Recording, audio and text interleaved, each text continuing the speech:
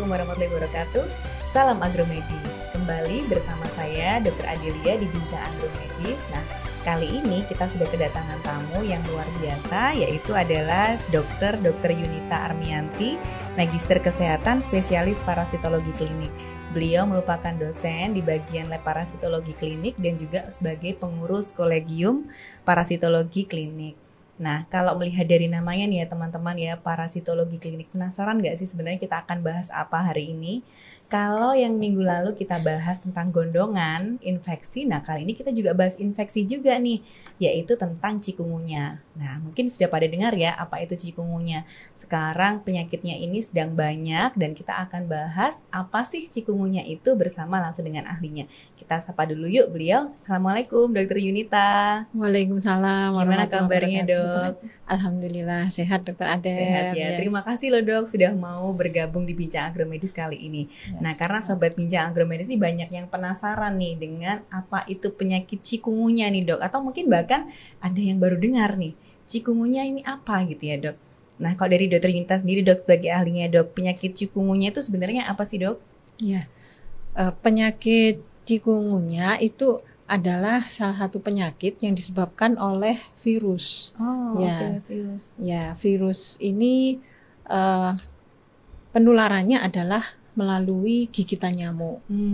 Jadi sebenarnya mirip juga sih dengan penyakit demam berdarah ya, tapi virusnya berbeda. Ini virusnya adalah dari famili Togaviridae, genus Flavivirus. Dan karena merupakan penyakit yang ditularkan melalui nyamuk, juga disebut sebagai arbovirus. Arbovirus, ya. Karena gigitan nyamuk ya dok ya. Arthropode borne virus. Ya. Ini penyebarannya berarti melalui gigitan nyamuk ya dok ya? Iya. Sebenarnya mulai ada cikungunya ini mulai kapan sih dok? Apalagi mungkin di Indonesia kan sekarang sudah banyak nih di media massa, di media cetak, elektronik itu sudah banyak juga. Sebenarnya mulai kapan dok cikungunya ini mulai banyak lagi kasusnya? Ya, penyakit cikungunya ini pertama kali ditemukan tuh tahun 1953 di Afrika ya. Di Afrika sana. Nah, kemudian mulai menyebar ke berbagai negara ya. Selain di Afrika juga di Asia, termasuk Asia Tenggara. Nah, dalam hal ini juga Indonesia. Nah, di Indonesia pertama kali terjadi wabah dari cikungunya ini adalah tahun 1982. 82 sudah mulai muncul ya dok ya? Ya, waktu itu terjadi wabah. Kemudian tahun-tahun selanjutnya beberapa kali terjadi wabah ya, seperti pada tahun 2009, 2010 itu sampai mencapai 30 ribuan kasus. Kemudian tahun 2013 mencapai 15.000 kasus. Sebenarnya tahun 2020-an itu sudah agak menurun ya kasusnya, tapi kalau dilihat di berbagai wilayah penyakit cikungunya itu selalu ada terus di Indonesia. Tadi karena gigitan nyamuk ya dok, mungkin sobat agromedis ini langsung bertanya-tanya nih, gigitan nyamuk mungkin beberapa penyakit yang lain juga karena gigitan nyamuk ya dok. Ini sebenarnya agen infeksi nyamuknya ini nyamuk yang seperti apa nih dok yang bikin cikungunya ini dok? Ya, nyamuknya ini adalah salah satu nyamuk yang akrab dengan kita sehari-hari ya, nyamuk Aedes. Oh, oke. Ada dua jenis ya nyamuk Aedes, Aedes aegypti dan Aedes albopictus. Ini adalah spesies nyamuk yang diketahui merupakan faktor utama untuk penyakit cikungunya ini. Dan nyamuknya sama dengan penyakit-penyakit virus lainnya seperti demam berdarah denggi ya dan Zika ya, penyakit Zika. Nah, jadi nyamuknya sama tapi penyakitnya bisa macam-macam nih. Ini yang harus kita waspadai ya. Betul. Tadi maaf dok, aegypti dan satunya apa dok? Albopictus. Ya. Dua-duanya ini juga untuk apa faktor ya dok kita sebutnya di cikungunya ya dok ya? Iya, dua-duanya bisa menjadi faktor penyakit cikungunya. Sebenarnya apa perbedaan kedua nyamuk ini ya? Secara morfologi, maksudnya secara penampakan sulit dibedakan. Kalau orang menyebutnya biasanya adalah nyamuk lorek ya. Nyamuk lorek ya, kan belang-belang ya, ya karena belang-belang ya. Kayak baju saya belang-belangnya bukan hitam putih tapi coklat hitam. Itu hitam putih ya dok ya? Hitam putih, makanya orang nyebutnya nyamuk lorek gitu ya. Nah, bedanya adalah kalau Aedes aegypti itu sifatnya indoor ya. Jadi dia habitatnya itu di dalam rumah. Di dalam rumah. Kalau yang Aedes albopictus itu outdoor. Ya, jadi dia habitatnya adalah di luar rumah. Ini terkait dengan breeding place atau tempat perkembangbiakannya. Ya. Jadi sukanya itu di air tergenang yang jernih. Nah, kalau Aedes aegypti ya yang ada di dalam rumah seperti bak mandi, kemudian tempat penampungan air ya kayak apa gentong, nah terus bahkan tempat minumnya burung tuh bisa loh ditempati sebagai kadang tempat tidak sadar ya dok nyari-nyari mana tempat penampungan iya, gitu dispenser ya. juga bisa. Nah kalau yang albopictus itu yang di luar rumah misalnya ada botol plastik yang bisa nampung air gitu ya, dok ya pot tanaman ya. Makanya kebanyakan Aedes albopictus ini di kebun-kebun terutama.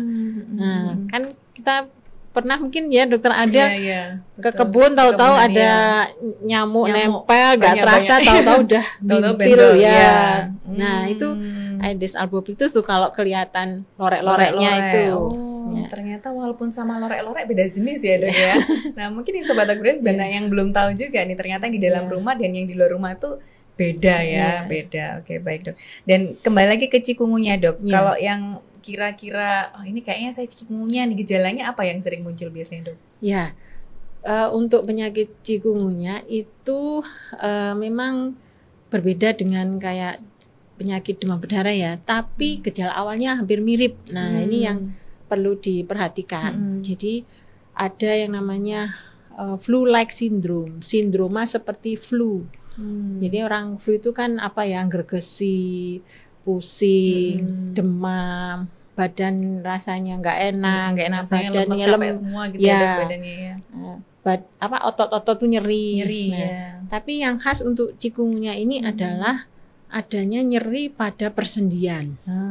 Bisa disertai juga membekakan sehingga bisa mengganggu aktivitas, bahkan bisa sampai tidak bisa jalan. Jadi kayak dia dikira lumpuh. Iya, dikira lumpuh. Yang sering nih kayaknya di grup-grup gitu ya, ada grup WA tuh hati-hati penyakit nyamuk bikin lumpuh. Nah, ini mungkin dugaannya si cikungunya ini ya, Dok ya. Bisa juga disertai adanya ruam. Ya, tapi yang khas itu sendi-sendi itu rasanya sakit semua. Sendian sakit semua. Nah, kalau dari jenis nyamuknya tadi ya dok, berarti antara yang demam berdarah tadi dan yang cikungunya sama ya dok ya. Mungkin ada penyakit lain juga dok di Indonesia yang mungkin sama-sama perantaranya itu nyamuk tapi beda penyakit juga nih dok. Ya kalau yang virus itu Zika tadi. Zika ya. Ya, penyakit Zika. Dulu juga sempat tahun berapa ya? Berapa tahun mungkin ya tahun 2000-an ya. Kan Zika lumayan menjadi perhatian dari pemerintah. Tapi sekarang sebenarnya sudah jarang kasusnya ya. Kalau sama malaria dok, beda nyamuk juga ya dok? Oh kalau malaria itu penyebab dan vektornya beda. Nyamuknya beda. Kalau malaria penyebabnya adalah termasuk parasit ya, dari golongan protozoa, parasit yang bersel satu yang disebut dengan Plasmodium. Nah nanti spesiesnya macam-macam. Nyamuknya disebut nyamuk Anopheles. Ya. Kalau nyamuk Anopheles ini tidak semua wilayah ada ya. Betul. Kayak di Jember ini, maksudnya kayak di masyarakat umum, misalnya di daerah perkotaan itu tidak ada nyamuk Anopheles kayak di kota Jember ini. Tapi bisa aja di daerah hutan gitu ya, tepi pantai. Tapi kalau di wilayah-wilayah yang endemis untuk malaria, bahkan di persawahan juga bisa ditemukan nyamuknya. Kalau daerahnya itu daerah endemis ya. Iya. Tapi kalau nyamuk Aedes aegypti, terutama Aedes aegypti ya, ini ya hampir di semua wilayah itu bisa ditemukan. Ya, Dok. Iya, betul, Dok. Ini kadang anak-anak saja kayaknya sudah bisa membedakan ini namanya yang bentuknya loreng-loreng gitu ya. Ini sudah notice sekali karena memang kelihatan. Nah, ini kalau misalnya kita curiga nih ya, Dok, ini kayaknya kena cikungunya deh berdasarkan gejala tadi ya, Dok. Ada tidak, Dok, pemeriksaan laboratorium yang mungkin bisa dilakukan untuk menunjang bahwa menegakkan diagnosis ini karena cikungunya, Dok? Iya. Nah, yang perlu diperhatikan juga bahwa semua penyakit yang disebabkan oleh virus itu bersifat sembuh sendiri. Ya, sembuh sendiri.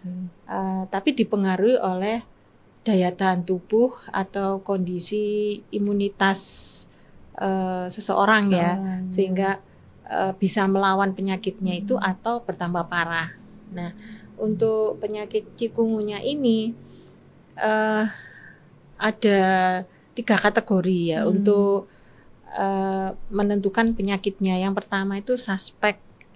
Jadi kemungkinan dugaan ini merupakan cikungunya, yaitu berdasarkan dari gejala-gejala klinisnya seperti yang sudah kita bahas tadi ya, ada demam, kemudian sakit kepala, kemudian ototnya itu nyeri-nyeri, dan yang khas ada nyeri di persendian sampai mengganggu aktivitas bahkan dikira lumpuh tadi. Nah, kalau yang kedua itu namanya probable, kemungkinan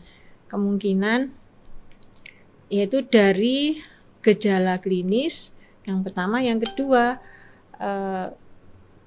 tinggal di wilayah endemis, atau ada riwayat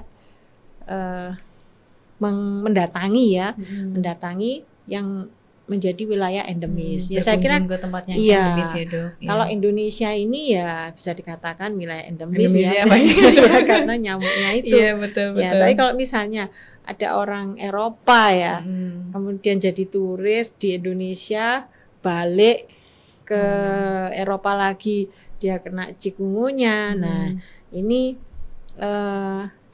bisa masuk yang probable ini. Nah, yang lebih pasti lagi itu confirm ya. Jadi untuk kasus yang memang sudah ditegakkan diagnosisnya berdasarkan pemeriksaan laboratorium. Nah, untuk pemeriksaan laboratorium itu macam-macam. Bisa dilakukan kultur virus ya. Ini good standarnya ya. Langsung karena kultur virus ya, Dok ya. Ditemukan virusnya, tapi ini memerlukan biaya yang mahal, kemudian waktunya juga lama, sehingga jarang digunakan untuk menegakkan diagnosis, tapi lebih untuk kepentingan penelitian. Kemudian bisa pakai PCR, ya. PCR ini juga bisa mendiagnosis pasti, tapi tentunya juga kalau di Indonesia ya tetap masih kategori mahal ya untuk PCR. Kemudian bisa dengan serologis. Nah, serologisnya ini bisa menggunakan ELISA, yaitu mendeteksi IgM ya, antibodinya, atau IgG. Tapi IgG-nya ini dilakukan 2 kali. Kalau ada peningkatan 4 kali kadar IgG-nya dengan jarak waktu 15 sampai 3 minggu, 15 hari sampai 3 minggu. Nah, itu menunjukkan positif terinfeksi cikungunya. Nah, dalam pelaksanaannya bagaimana? Ya tentunya ini disesuaikan dengan di laboratorium pemeriksaan apa yang tersedia. Gitu. Ya, betul. Ya, tentunya tergantung sumber daya di setiap daerah ya, memungkinkan atau tidak untuk dilakukan pemeriksaan ini. Ya, menarik sekali ya. Nah, ini mungkin yang paling banyak penasaran, Dok, karena tadi itu karena nyamuknya gitu. Jadi seberapa penting sih, Dok, gitu ya, peran untuk pengendalian faktor ini untuk mengendalikan penyakit cikungunya ini, Dok? Ya, pengendalian faktornya ini penting sekali ya. Kenapa? Yang pertama karena belum ada obatnya. Ya. Jadi cikungunya atau penyakit virus karena bersifat tadi sembuh sendiri, ya. Sebenarnya kalau orangnya itu imunitasnya bagus, dalam waktu seminggu 2 minggu sudah sehat lagi. Sehat, ya. Jadi itu yang mungkin istilahnya pengembangan obat-obatannya masih kurang. Ya. Obat-obat antivirus sebenarnya sudah ada yang menjadi kandidat, tapi karena efek sampingnya masih belum dipakai secara umum. Kemudian yang kedua, istilahnya belum ada vaksin. Nah, vaksin ini masih dalam tahap penelitian.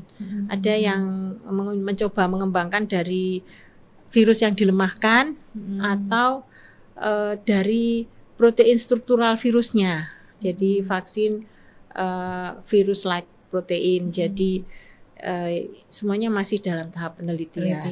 Nah, sehingga satu-satunya cara yang penting untuk dilakukan terkait dengan penularan penyakit ini adalah mengendalikan nyamuknya sebagai vektor atau yang menularkan. Nah, ini. Jadi memang ada kaitannya pada masa pancaroba ini ya. Sekarang kan musim penghujan ya, Dok. Masuk musim penghujan. Jadi hujan, panas, hujan, ya, betul. panas. Nah, itu memudahkan tertampungnya air ya kan. Ya, betul, nah, kayak misalnya di lingkungan sekitar rumah. Kadang sampah-sampah berceceran gitu ya, Dok, dari snack-snack gitu dia nampung air gitu ya. Iya kan, ada misalnya gelas-gelas plastik itu bisa nampung air. Nah, ini menjadi tempat perkembangbiakan nyamuknya. Akhirnya populasinya meningkat. Populasi meningkat, begitu ada satu yang sakit, nah bisa menyebar ke sekitarnya. Nah, ya seperti tahun kemarin itu demam berdarah ya. Demam berdarah itu kan kasusnya juga meningkat ya. Sampai rumah sakit penuh gitu. Nah, sebenarnya sama. Ya, kondisinya sama dengan cikungunya. Semakin meningkat populasi dari nyamuk Aedes ini, nah kemungkinan penularannya juga semakin besar. Iya. Nah, ini selanjutnya yang penting ini kayaknya penasaran Sobat Bincang Agromedis nih. Tipsnya, Dok, langkah-langkah efektif apa nih ya? Mungkin di sini banyak juga bunda-bunda agromedis gitu ya yang di rumah. Ini kalau di rumah kondisi rumah seperti ini nih harus yang bagaimana, Dok, supaya mencegah ini si nyamuknya ini nggak sering-sering datang ke rumah gitu, Dok?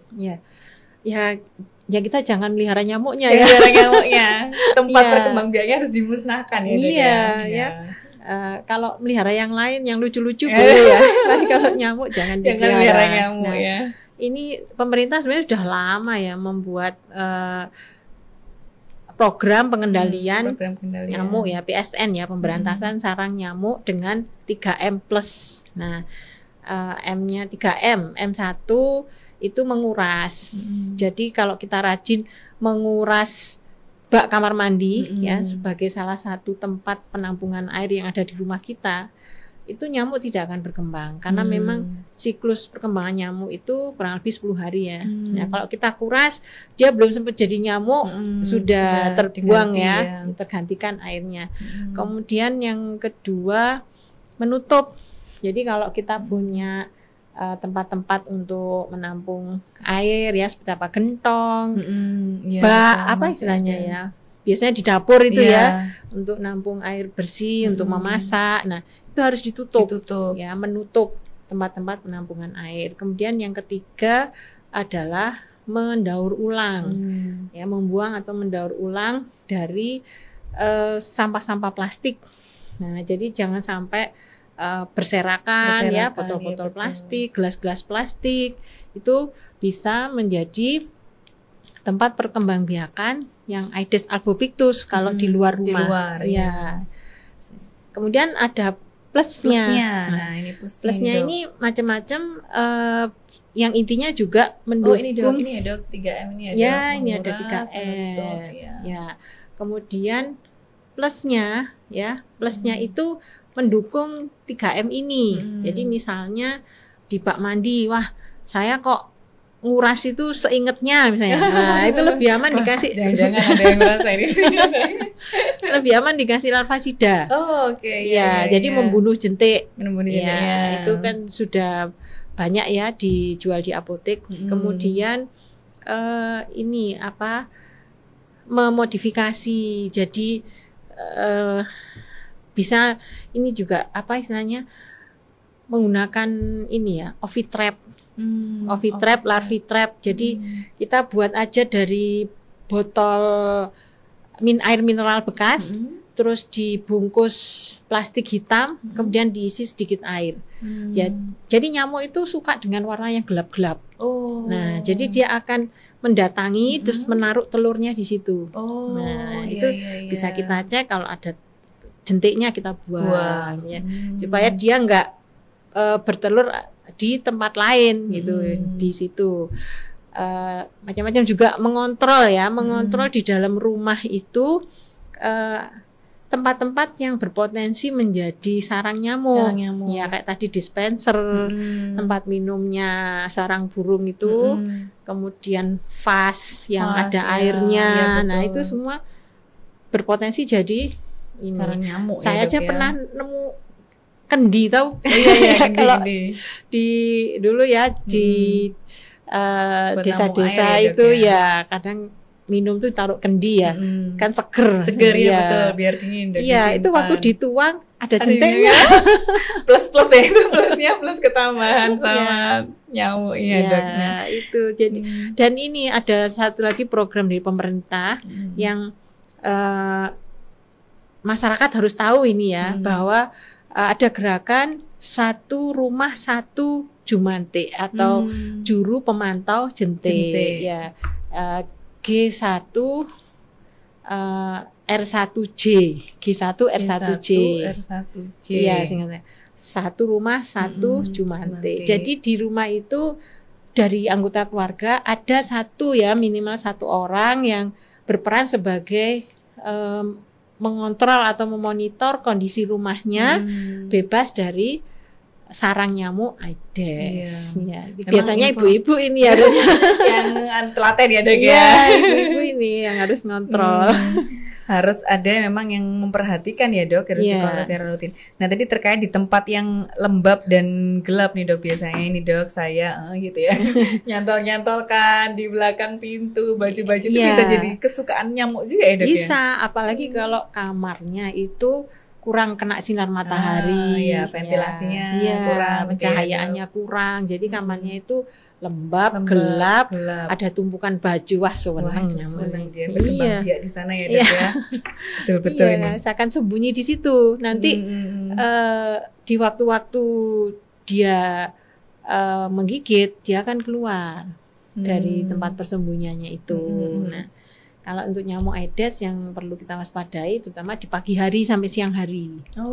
Ya, jadi memang bersifat diurnal, kemudian endofagik, jadi dia gigitnya di dalam rumah. Nah, terus antropofilik, suka sama darahnya manusia, itu Aedes itu.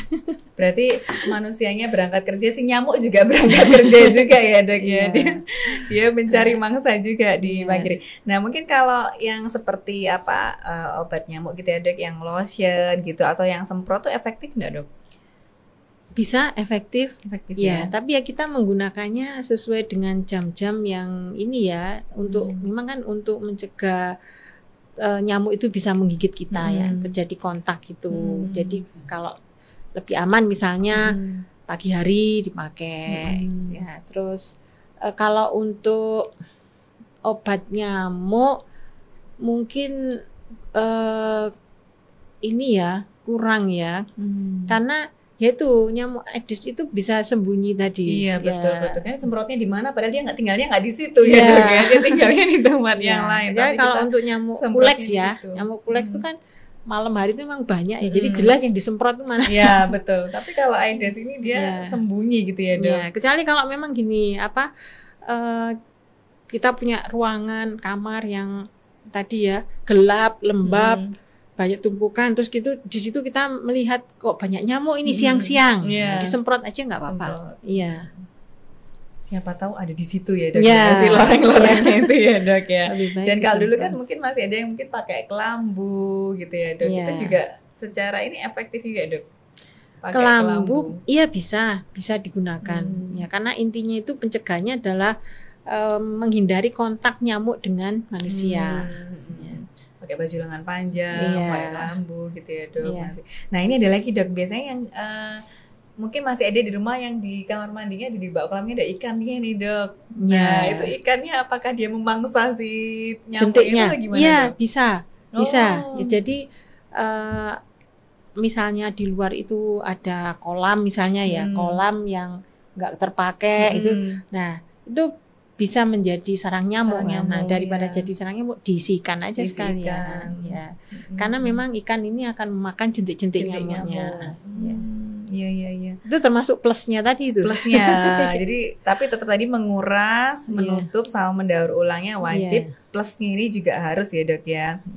Wah ini menarik sekali nih. Mungkin rekan-rekan sobat bincang agromedis di rumah sudah dapat insight lagi. Oh ternyata ini nih harus dievaluasi lagi gitu. Apalagi sekarang musim penghujan ya dok ya. Kita masuk peralihan kemarau ke hujan ya. Musim kesukaannya si nyamuk ini yang sekarang ya dok. Harus diwaspadai nih. Nah sejauh ini dok, mungkin dokter Yunita banyak terjun di parasit ini ya dok ya. Tantangannya apa sih dok selama ini dok untuk bagi dokter mungkin ya dan juga ahli kesehatan dalam penanganan cikungunya ini, terutama yang pengendalian nyamuknya ini dok? Yang pertama adalah pengendalian vektor ya. Jadi ini karena tergantung dari program yang dijalankan oleh pemerintah setempat ya. Kalau ada atau sebaiknya pemerintah itu tetap menggalakkan program PSN ini ya, 3M+. Ya, karena ya namanya masyarakat ya, kalau kadang nggak dimotivasi, nggak didorong, nggak dipantau, repetisi, diulang-ulang ya. Iya, itu terlupakan ya, terlupakan. Nanti pas wabah baru heboh lagi. Iya. Betul. Nah, apalagi sudah ada tadi gerakan satu rumah satu Jumantik, tapi ini juga tetap harus ada monitoring dan evaluasi ya dari aparat setempat ya. Mungkin kalau di masyarakat itu kan ada RT, RW. Nah, ini tetap bisa menjadi perhatian supaya ya pencegahan ini sudah menjadi sesuatu yang otomatis jalan gitu loh di masyarakat. Saya harapannya tuh pengen seperti itu, karena ya kalau meningkat pasti nanti penyakitnya ikut tinggi juga. Ya. Terus yang kedua terkait dengan obat ya. Jadi cikungunya ini belum ada obat yang bisa dipakai secara umum di masyarakat ya sampai saat ini. Jadi perlu adanya pengembangan obat karena obat antivirus itu ada, tapi apakah itu bisa digunakan ya terkait efek sampingnya dan lain-lain, ini butuh pengembangan dan penelitian. Kemudian yang ketiga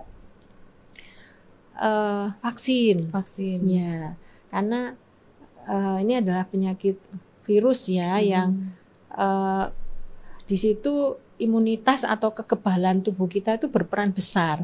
Nah, sehingga dengan adanya vaksin ini juga bisa mencegah dari penularan penyakit ini. Nah, itu yang masih menjadi tantangan ya sampai saat ini, sehingga ya istilahnya ya penyakitnya sulit dieliminasi ya.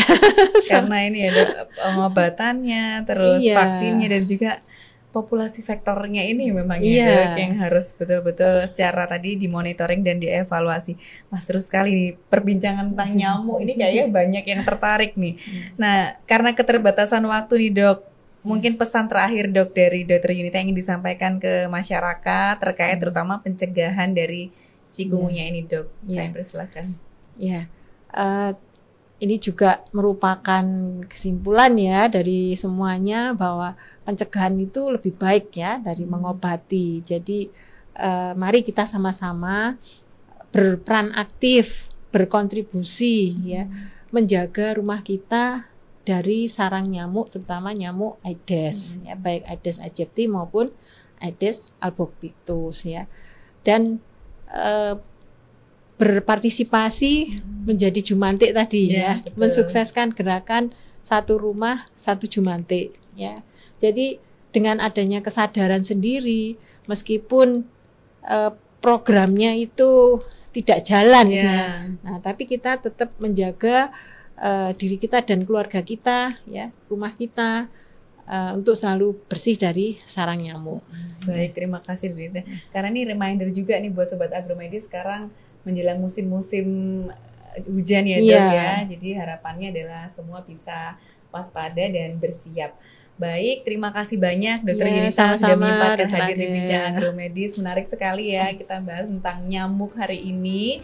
Dan mungkin kalau teman-teman ada pertanyaan bisa tulis di kolom komen, nanti akan dibantu dijawab oleh Dokter Yunita ya Dok. Dan kalau pertanyaan banyak kita bikin sesi kedua Dok, khusus membedah nyamuk Dok.